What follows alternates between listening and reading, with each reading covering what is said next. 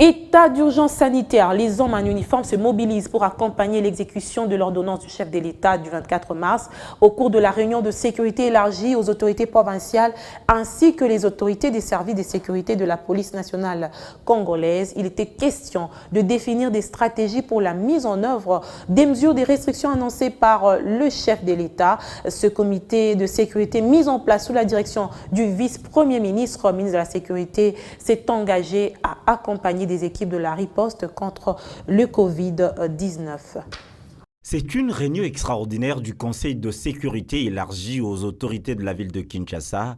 Cette rencontre avec toutes les instances de sécurité et de la police autour du vice-premier ministre et ministre de l'Intérieur et Sécurité examine les modalités pratiques en exécution de l'état d'urgence sanitaire décrété le 24 mars par le chef de l'État. Le comité présidé par Gilbert Kankondé a mis en place les mesures de police et de sécurité pour accompagner les équipes de la riposte de Covid-19. Les directives prises au cours de ce conseil de sécurité seront transmises à ces services respectifs à divers niveaux des entités territoriales. Plus que jamais, la donne sanitaire doit être démise dans cette lutte contre le coronavirus.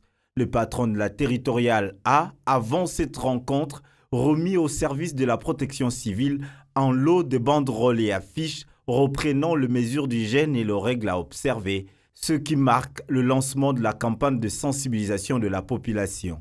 J'ai reçu comme instruction de pouvoir procéder avec les sapeurs-pompiers, avec les officiers de protection civile à la sensibilisation du public. Maintenant, je suis dans l'obligation de pouvoir vulgariser, informer le public les dispositions à prendre. Le problème est de laver les mains. Et là où il y a un risque grave, c'est pour certains parents qui continuent à travailler. Quand quelqu'un quitte son bureau, il s'en va à la maison, les enfants vont accueillir papa Yambi et directement, sans pour autant laver les mains, il va toucher les enfants. Non, c'est déconseillé. Ces outils de communication de proximité se déploient déjà à travers le coin et recoin de la ville de Kinshasa pour servir de guide à tout un chacun afin de respecter les recommandations du ministère de la Santé et de l'OMS dans la lutte contre la propagation du coronavirus.